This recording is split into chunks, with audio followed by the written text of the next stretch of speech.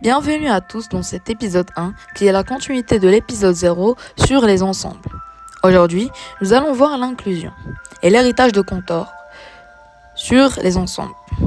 Donc Georges Cantor est le père fondateur de la théorie des ensembles qui a également travaillé sur l'infini. Donc aujourd'hui, nous allons parler de l'inclusion. Pour mieux comprendre cette notion, on doit introduire les ensembles de nombres. Donc on va commencer par les ensembles des nombres naturels, qui sont les nombres positifs, non décimaux, on dit.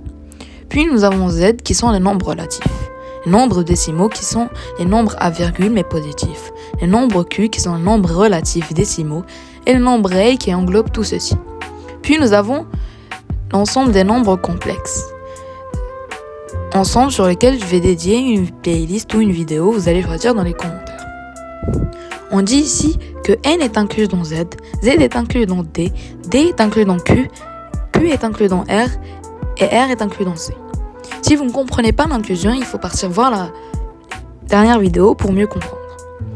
Donc ici, on dit que tous les éléments de N sont des éléments de Z, que tous les éléments de Z sont les éléments de D, que tous les éléments de D sont les éléments de Q et que tous les éléments de Q sont les éléments de R. Et tous sont les éléments de C.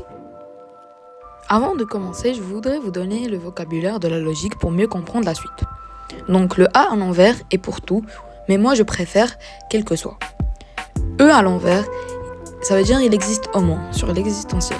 Implique, ça veut dire que si par exemple si je mange, alors forcément j'avale le truc. Il y a l'équivalence et que ce équivalent, par exemple A plus B est équivalent à B plus A. Maintenant, nous allons passer à la définition pure et les cas particuliers. Quand on dit que A est inclus dans B, on dit que quel que soit un X, donc un élément, si ce X appartient à A, alors ça implique que X appartient à B. Cela veut dire que tous les éléments de A sont les éléments de B. Si un élément appartient à A, alors forcément il appartient à B. Ici, on dit que quel que soit A, alors le vide est inclus dans A. Donc n'importe quel ensemble, un ensemble quelconque. Si A est égal à B, donc A est inclus dans B et B est inclus dans A. On appelle ça l'égalité. Ou on peut dire ici, dans le cas de l'égalité, quel que soit X appartient à un ensemble E et que A et B appartiennent à ce même ensemble, on dit que X appartient à A est équivalent à X appartient à B. Dans le cas où A n'est pas inclus dans B, on dit qu'il existe au moins X appartient à A et X n'appartient pas à B. Il faut tout de même noter que si A n'est pas égal à B et que A est inclus dans B, alors B n'est pas inclus dans A. Alors j'espère que cette vidéo vous a plu et à la prochaine fois pour l'épisode 2 sur les ensembles où on va parler des parties d'un ensemble.